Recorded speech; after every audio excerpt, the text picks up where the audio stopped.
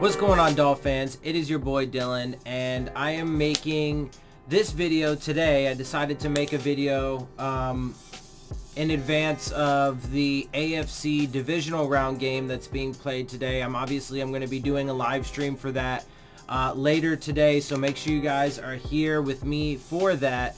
But I'm making this video because there was an article that came out on Bleacher Report. Maurice Moton wrote it, and it's regarding the 2019 draft class, and he gives them a grade.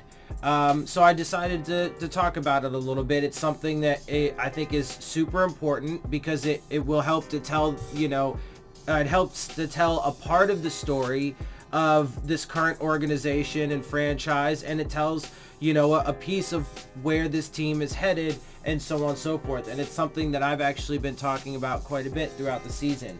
So I'm first going to go through this article on the Phins by Josh Houts, who's a pretty respected, person in the media, that gives a breakdown of the 2019 draft class right after the draft. So this is going to be what he had to say, right after the picks were done, right? So again, Josh Houts wrote this from the Phinsider, SB Nation on the Phinsider, grading the Miami Dolphins 2019 NFL Draft. Yes, it's early, but someone has to grade the rookie class without ever watching them play it down in the NFL. So real quick, let's just note that you can grade them at any time, right? Now, it just depends on what the context is and what your ultimate goal is, right? So for example, like right after the draft, it's fair to grade the draft class and say, okay, this is, what we think the, player grade should be based off of, what their production was in college, etc., and how we project them to do in the NFL, and especially for this team, and then put it all together, give it the overall class a grade, etc., right? And then after year one, it's okay to evaluate them on year one, right?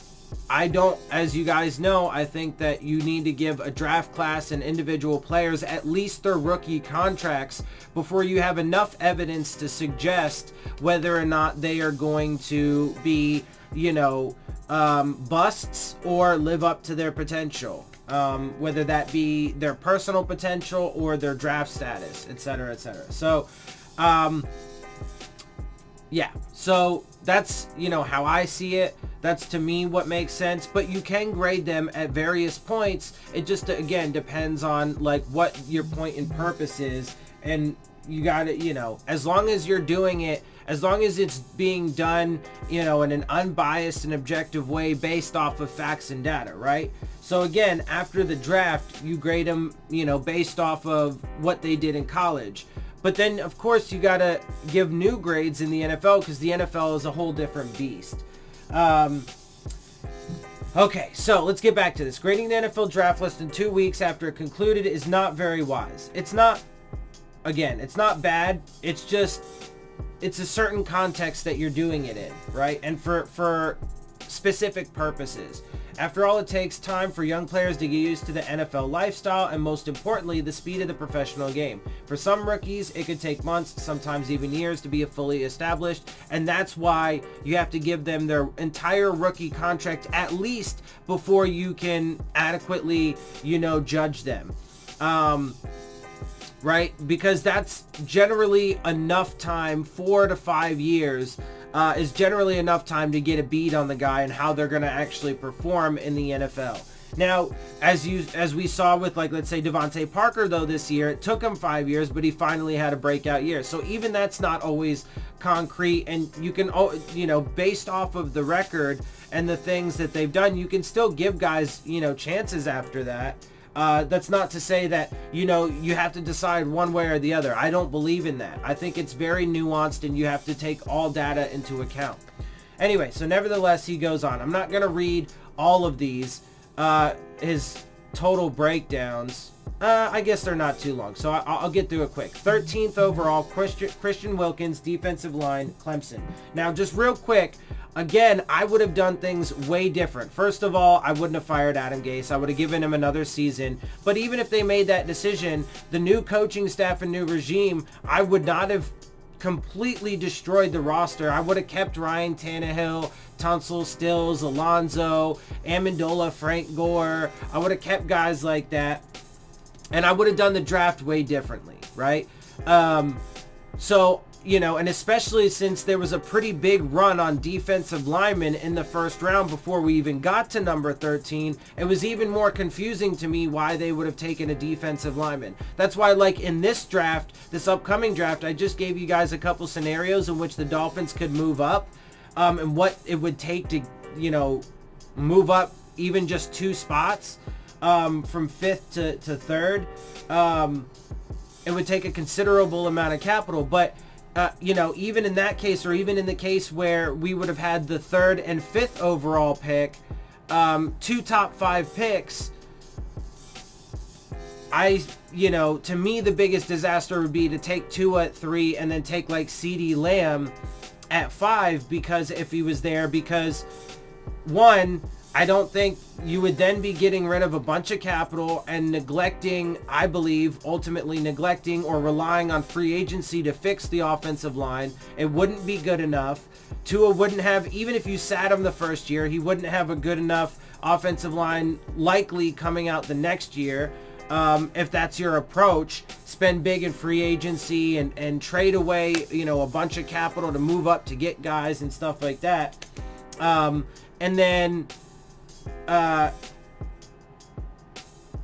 you could really argue that wide receiver is the, you know, deepest position we really have right now. So then to take, you know, the top guys, especially when then you have, you know, Devontae Parker with a breakout year, Preston Williams, Alan Hearns on contract, Jakeem Grant, Albert Wilson. You know, Jakeem Grant's got an extension. Albert Wilson still has another year. You got tons of guys that can do a bunch of different things. Not to mention Gesicki had a breakout year. I know he's a tight end, but, you know, obviously receiving threat. Patrick Laird showed good things in the receiving game. So, anyway, it didn't make sense to me that they took Christian Wilkins there. But it is what it was.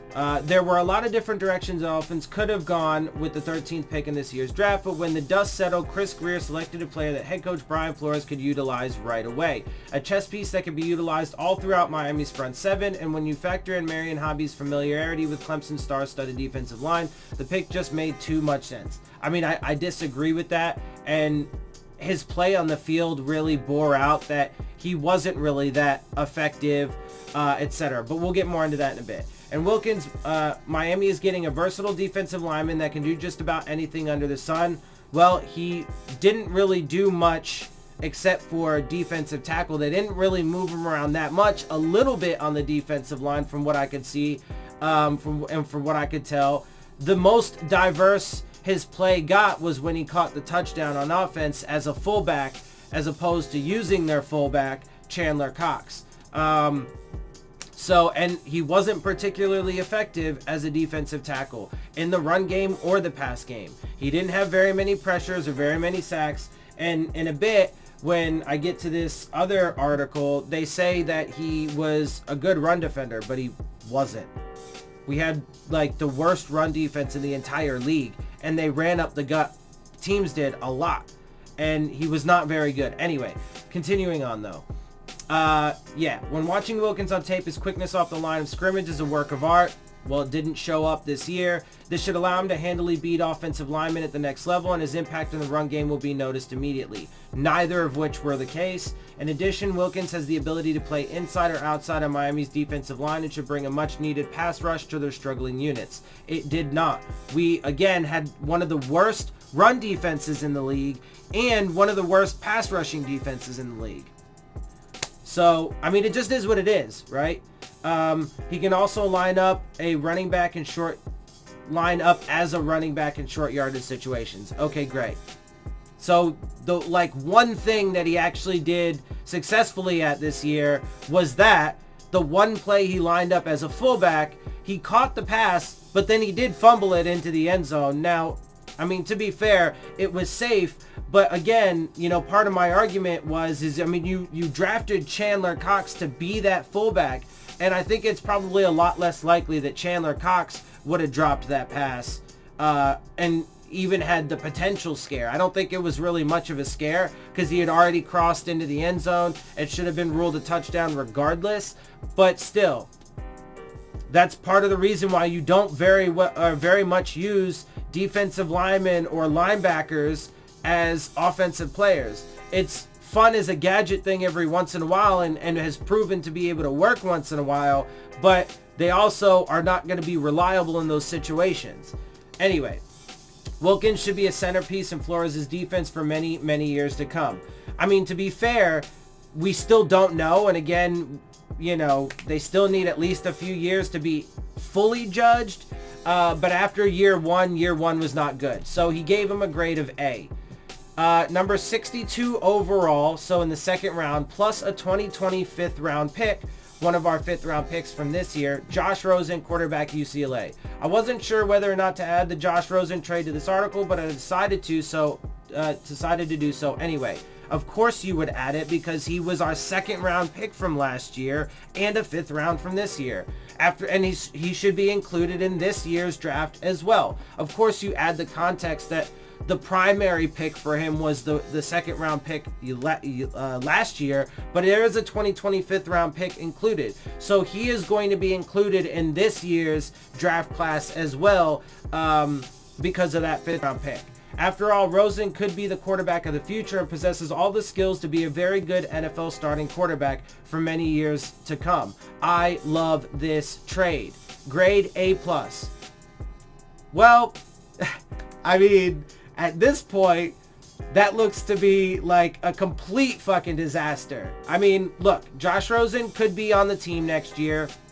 You know, he's definitely going to be on the roster going into camp, but they now have Fitzpatrick, Rosen, Jake Rudock, who they signed to a futures contract, and then they are likely, I mean, I find it's definitely possible that they pass on a quarterback, but especially with Tua coming out, you know, and Herbert up there, and they've done a lot of research on him. You know, you never know what's going to happen with Burrow. They got guys, and Stephen Ross is craving for one. And I think that he's willing to take one this year and next year. And so I think that they're going to take a guy, and I don't think Josh Rosen has a future here. Now, I do think that he could be a very good starting quarterback in the NFL, but he needs to have a team around him, and he needs to be put in a better position. He's been given, like, the worst fucking deck, the worst hand from the deck in his first two seasons, and he's built some bad habits because of it, right? He's, you know, unsure in the pocket. He's a bit more gun shy, etc., etc., etc. And so, you know, it's just been a massive disaster, and the likelihood of him even being, you know, part of the long term, right? Does he possess the skills and could be a very good NFL starting quarterback in this league for many years? Possibly. I mean, he's, again, had the worst start to a career that you could possibly have, but it's not going to be on the Dolphins. So A+, I mean, that gets downgraded to like a straight F, right? So real quick, so I'm going to adjust these grades a little bit. Christian Wilkins, he gave him an A, and obviously he would probably do these grades differently than I would. He says Wilkins was an A. I called it at the time, and now I'll give him a C. Because I think at the time, especially after a run on offensive or defensive lineman, etc., it didn't make sense to me. And he was never really, again, I'm not an expert. I don't get to watch as much college ball as I would like, but he was never really that spectacular. So a C straight through. And honestly, that to me, after year one, it's still kind of, you know, being nice, because he really wasn't very good. Devon Godshaw was definitely way better than him throughout the entirety of the season. Anyway, Josh Rosen, I mean, I give that an F. Straight up, I have the entire time. I hated the Josh Rosen trade. I would have absolutely rather have kept Ryan Tannehill, made sure to keep Tunsil, try and keep Juwan James. And then I would have gotten Garrett Bradbury in the first round. I would have gotten, instead of getting Rosen, and with that second round pick, I would have got a defensive lineman there. And then I would have gotten quarterback Will Grier in round 3 of the 2019 draft to bring up behind Ryan Tannehill. That's how I would have done it. So to me, from Jump Street, F all the way. And especially at this point, I mean, the coaches have pretty much said, aside from actually saying it, that they don't believe in Rosen, and that's, you know, a wash at this point. He's going to be in there at least for a little while, but I don't expect him to, you know, certainly don't expect him to be the, you know, face of this franchise for years to come. All right. 78th overall in round 3, Michael Dieter, offensive line in Wisconsin. For years, the Dolphins' offensive line has been in shambles. In fact, Adam Gase himself admitted that he did not believe guard was a premium position. We'll get back to that. Actually, you know what? Because, God damn it, I hate that people don't take things into full context. Okay, yes, but that's because he believed more in bookends and the center than he did, which to me makes sense, right? If you need to have your good bookends to make sure that you don't, that takes away most of your pass rush, right? And then a good center's arguably the most important piece on the entire offensive line. You can have adequate guards, and the Patriots are an example. They don't overpay for guards, right? They fucking just get, you know, adequate or above average guys in there, and that's how you should build your offensive line, right?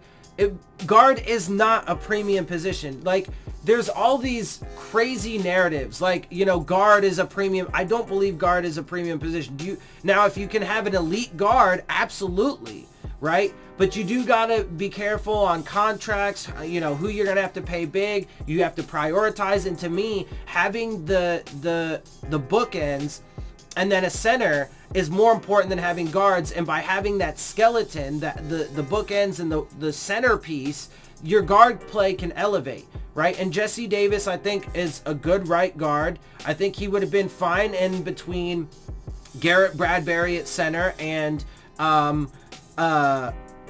Juwan James at right tackle if that was the case. Now, I mean, look at the line that Adam Gase had built last year. It was, well, in 2018, it was Tunsil, Sitton, Kilgore, Davis, and James. That was a good line. And until we started losing guys, yes, the problem is that Sitton and Kilgore are older guys and they got hurt. And that's what really derailed last season. But they were good, you know, pieces to put in there while he, you know, is building up through the draft and through young guys, the offensive line. Jesse Davis is a young guy, right? Tunsil was a young draft pick that they brought in to fucking, and then they already had Juwan James. That's 3 out of the 5. So they just needed to figure out the other 2. Again, this year they could have taken Garrett Bradbury or a top offensive lineman. Anyway, but let's continue on. So once Josh Sitton was released and Juwan James signed a huge contract with Denver, it was obvious Miami would be in the market for offensive line help. Dieter, who started 54 consecutive games at Wisconsin, can play all over the offensive line.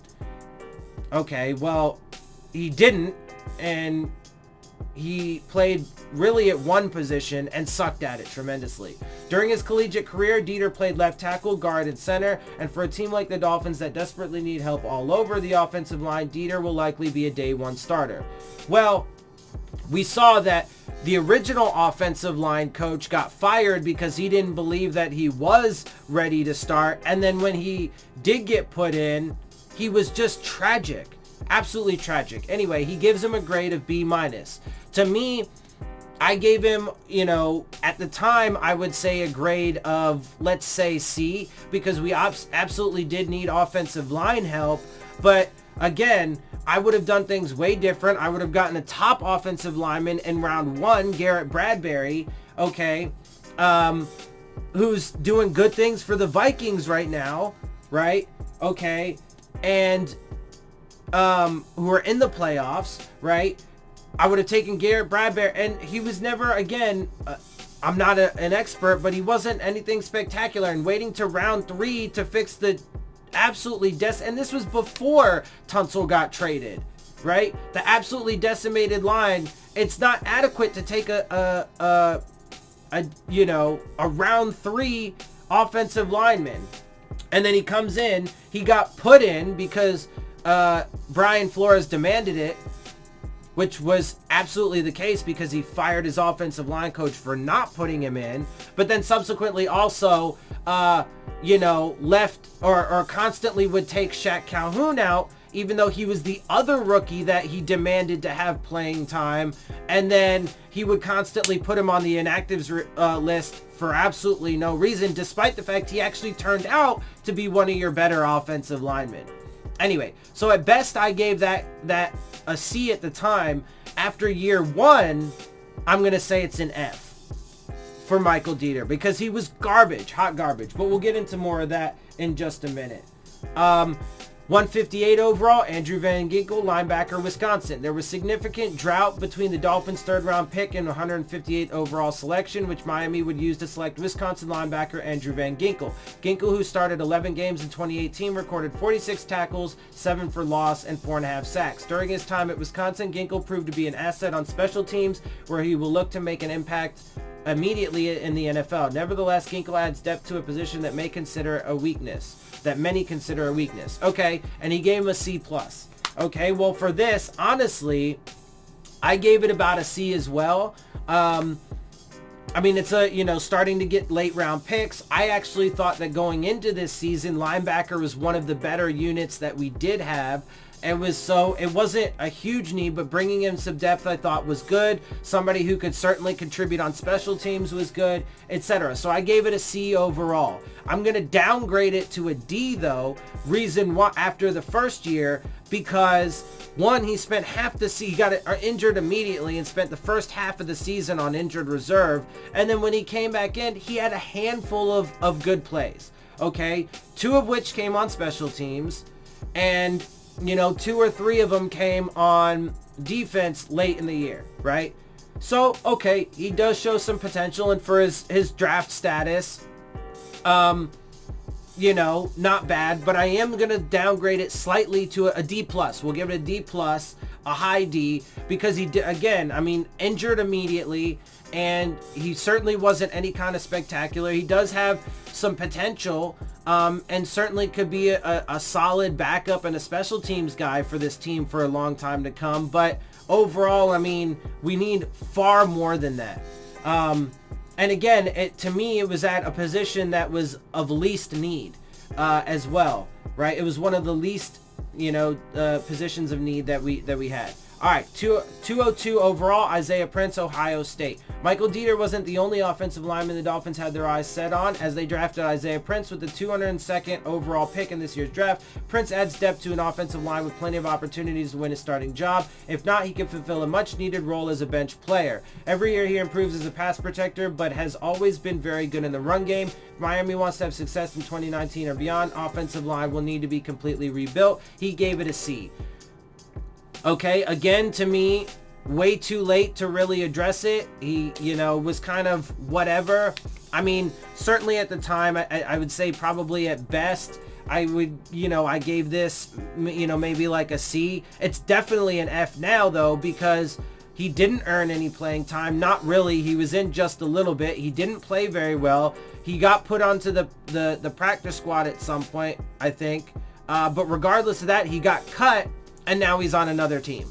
So he's not even on the Dolphins. So as far as the Dolphins go, now as a player, he could eventually elevate his game and earn like a higher grade as a player somewhere else. But it's not going to be with the Dolphins. He's no longer part of the Dolphins. So because, and especially in such a short time, it gets downgraded to an F.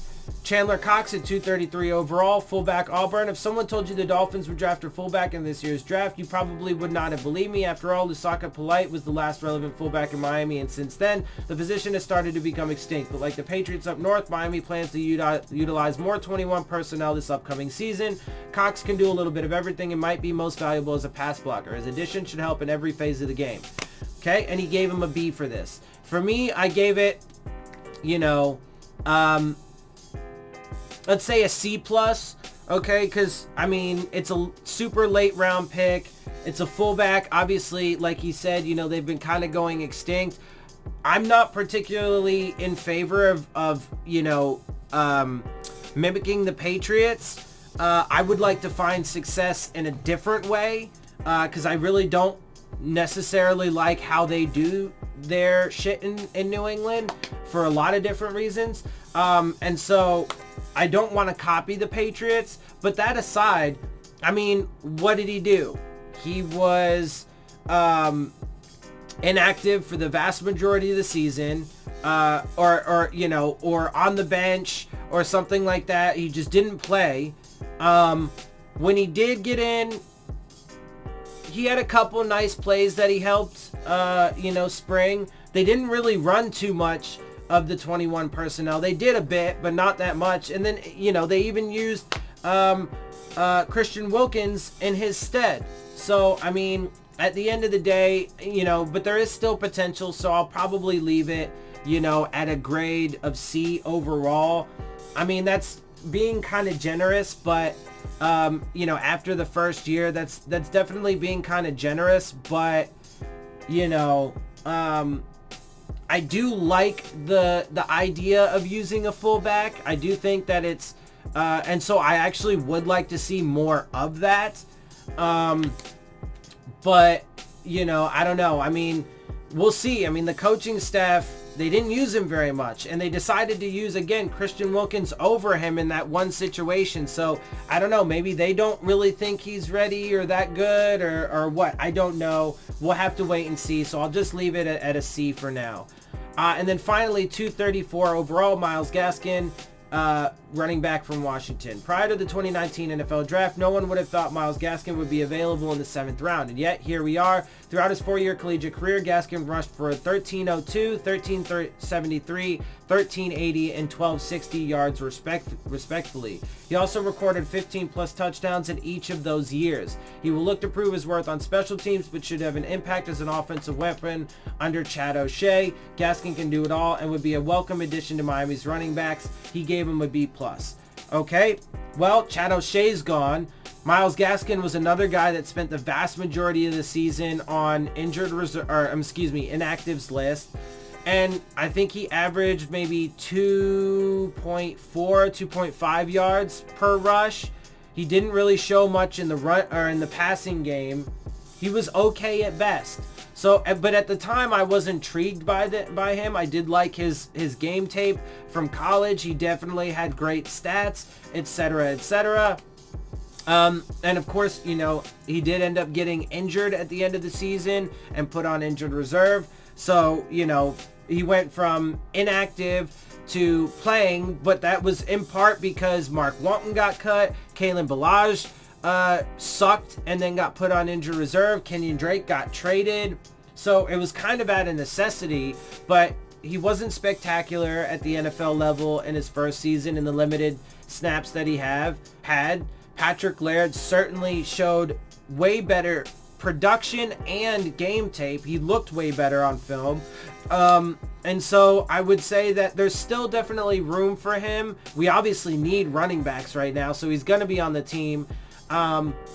And he certainly has upside. So I'm going to, initially I say he would have probably gotten a B, especially, I can't argue with the B+, especially at that point in the draft with the kind of production he had. I would say that I'm going to downgrade it slightly to like a little bit to a B-, just because, again, they obviously didn't, think he had that. Now, to be fair, he did have some guys earlier on ahead of him that should have been ahead of him, etc., etc. But again, he didn't perform spectacular, only like 2.4-ish to 2.5 yards per carry. Didn't show much in the pass game. Didn't show a lot in blocking. And then ended up getting hurt, etc., etc. So I'm going to downgrade it slightly, but I think he still does have a lot of potential, so we'll see where that goes. All right, and so real quick, to wrap this up, let me go ahead and just give you, for Maurice Moton, this is his grades after year one. right? So he said, typically you need multiple seasons to evaluate an NFL draft class. Some rookies miss their entire first year because of injury. Others play sparingly as they transition between college and the pros. A player may unexpectedly regress or progress after one season. All that is true, and he's totally right about that. And so you do absolutely need to give all of these players at least a full 4 years, their rookie contracts, to be able to fully evaluate them. But it is fair to give them grades after one season. So 2019 class: Christian Wilkins, Michael Dieter, Josh Rosen is included in this, Andrew Van Ginkel, Isaiah Prince, Chandler Cox, Myles Gaskin. Despite defensive tackle Christian Wilkins' big man touchdown, we can argue undrafted cornerback Nick Needham was the team's top rookie. That is actually arguable, and he certainly performed above his talent level and etc. Or maybe not necessarily his talent level, but, you know, certainly where he was, because he was an undrafted guy, etc., and for the team around him, etc. But, you know, he's still kind of just, you know, average, at least right now. So we'll see after. He is definitely an intriguing player to look at. But it doesn't say, you know, much good, though, for Christian Wilkins, since he was our first round pick after year one. You know, position is obviously a lot different too, so there's a lot of nuance that goes into it. Anyway, however, Wilkins proved he's a solid presence on the interior. When a defender consistently clogs running lanes for stops, he's not celebrated like pass rushing defensive tackles, but the Dolphins have a quality first rounder in the Clemson product. Okay, stop there. He didn't do that. He didn't do that. He just didn't do that.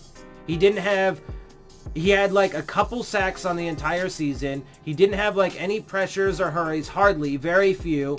And he didn't have very many tackles for loss either. He had maybe a couple.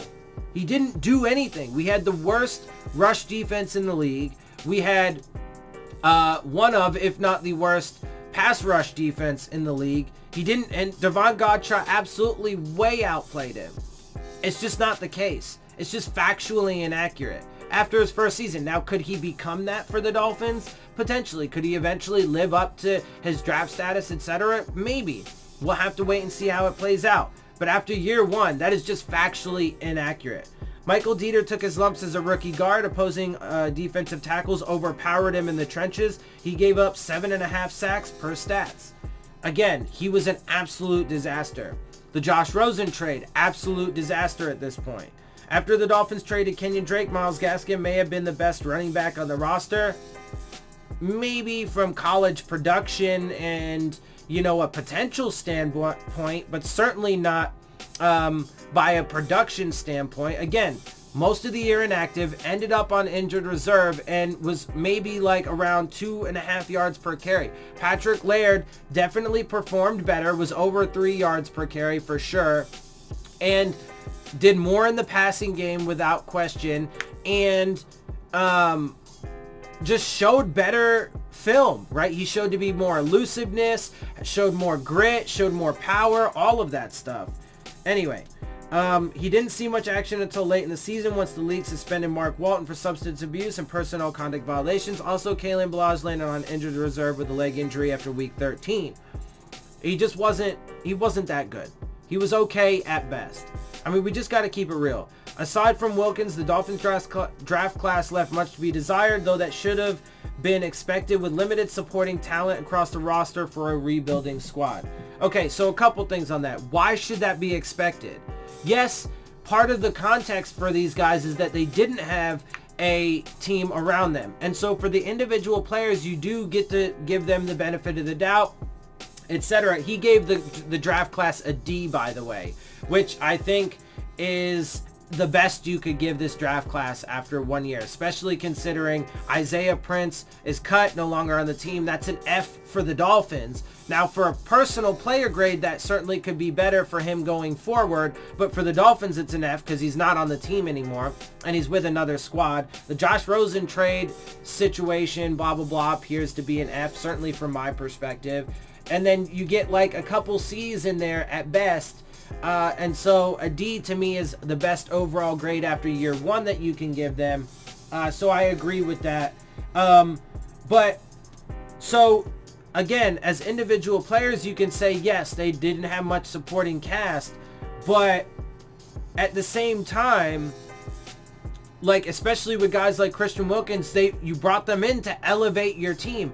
And it doesn't say much about this organization and the direction that they're going in. And if you're going to build a success here, if you're going to build consistent success for the Dolphins, you're going to need to rely on good drafts. And the draft so far under this regime, the very first one, is not good. Not good. It's just not good. There's no other way to put it. The draft class, the 2019 draft class, after 1 year, is not good. I gave it a C to begin with, at best. Definitely a D at best after year one. I'm hoping that it can improve, and I certainly want it to improve. I'm a bit skeptical, and they're going to have to show me before I'll believe it, without question. I do think that there is certainly potential and, you know, whatever, but, you know, I personally, you know, I don't really see it. I'm definitely going to have to wait and see how they handle this draft and this free agency and then next season to really get a better look. But, you know, I want it to improve. We'll just have to wait and see if it actually does. But without question, after year one, it's just not good. And if you're being objective and if you're being fair, you have to say that, because it's just not. It's just not. It's just not, you know. I mean, point blank, bottom line, period. It was not a good draft class after one season. Anyway, with that, guys, I'm going to go ahead and get up out of here. I hope you guys enjoy my videos and my perspective. If you do, make sure you hit the subscribe button. Make sure you hit the like button. Make sure you hit the bell if you want to get the alerts. Make sure you share my channel and videos with your friends and family. Leave your questions and comments down in the comment section. And, of course, as always, make sure you follow me on Twitter at Dillon Tartaro. And with that, I am out. I'll see y'all soon. Phins up.